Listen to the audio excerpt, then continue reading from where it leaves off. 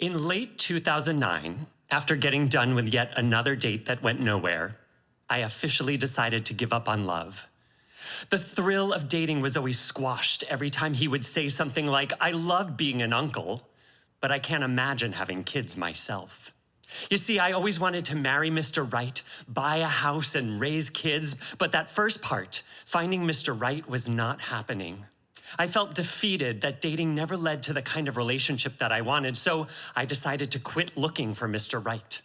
I gave up on the idea of a house in the suburbs with a white picket fence, and I moved straight to part 3 of my dream by investigating surrogacy agencies that could help me have a kid and become a single dad. Around the same time, I got a message from this guy on a dating website that I'd been on for years. He said he was moving to Chicago soon and asked me about life in the city. So I answered him, just to be nice, not really thinking much about it. We sent a few messages back and forth, and I hoped that I had been helpful. In February of 2010, I had my meeting with the surrogacy agency. I signed a contract, plunked down some money, and waited to be matched with a surrogate. In March of 2010, the guy from Okokon sent me another message as his move approached. I told him more about Chicago neighborhoods, said he had to try Lou Malnati's pizza, and warned him never to put ketchup on a hot dog. It's like a cardinal sin in Chicago. I know that moving is hard. Moving to a new city can be difficult, so why not take a few minutes out of my day to answer some questions and help someone move and talk about a city that I loved? Later that month, the surrogacy agency contacted me to say they had a potential match. They sent me her file. She was younger than I had expected, and she had recently had a health issue, so I really didn't think she was the match for me. The agency countered by saying, "Just meet her, Michael. A file doesn't show you who she truly is." So I agreed to meet, thinking, this will be a practice meeting. A meeting like this is going to be awkward, so I'll do this meeting, and then the next time, I'll be better. I'll feel more comfortable. A few weeks later, we met, and the agency asked us to describe why we wanted to go on this journey. The potential surrogate told me that when she was 11 years old, she saw a Lifetime movie about a surrogate, and that put the idea into her head. A year later, she watched Phoebe on Friends become a surrogate for her brother, and recently, a family member had struggled with infertility. She offered to be a surrogate for that family member, and when that was declined, she felt so compelled to do this that she registered with the surrogacy agency. Hearing that she had been thinking about this for over a decade made me understand just how committed she was to this process. Within 48 hours, we agreed to work together. This white, gay, New York-born Jew was going to try to make a baby with a Black Baptist Midwestern single mom. That's a sentence I never thought I'd say. In May, the guy from Okokon sent me another message saying he had arrived in Chicago.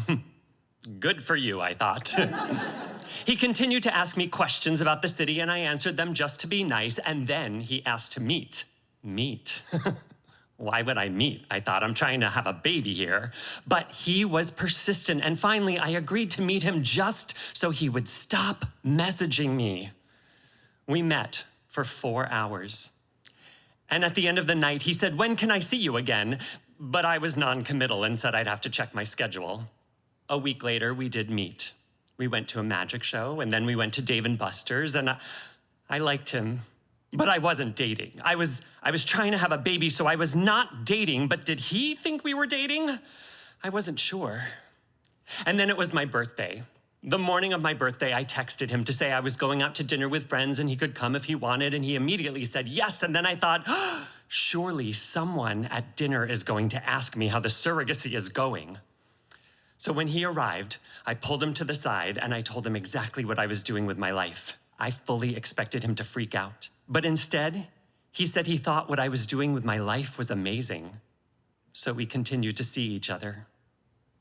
Meanwhile, the surrogate and I had been texting and getting to know each other. She started taking her medication to prepare for the first embryo transfer in August, but it failed. We started trying again. She started taking the medication again, and we prepared for the second embryo transfer in November. And a few days before the transfer, I called her up and I said, "Hey, you know how it's been the two of us on this journey so far? Well, I met someone, and he wants to support me in this process. How do you feel about him coming to the transfer?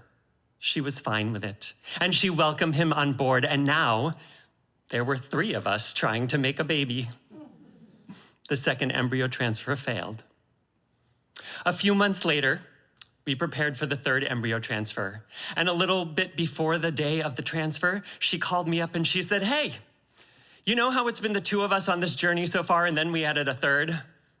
Well, I met someone, and he wants to support me in this process and come to the appointment. How do you feel about that?" By this point, I had known her for over a year, and I trusted her, so I said, "Bring him on board." And this time, the embryo transfer worked, and she was pregnant with twins. Her mother came to an appointment, and her mother was so excited, she asked the sonogram technician for pictures of the babies. She and her sister came to the baby shower that my friends threw for us, and in the spring of 2012, she delivered 2 amazing children. She stood by me for 2 years and 3 embryo transfers, and he has now stood by me for 16 years. She got married in 2014 and invited us to her wedding. I got married in 2015, and she and her sister came to my wedding. And although we've left Chicago, we did get to visit a few years ago, and she and her mother and her husband got to see my kids as young adults, which made me so happy. My plan to become a single dad with a child ended with a husband, twins, and a lifelong friend, which just goes to prove that life does not always give you what you plan for, but it almost always gives you exactly what you need. Thank you.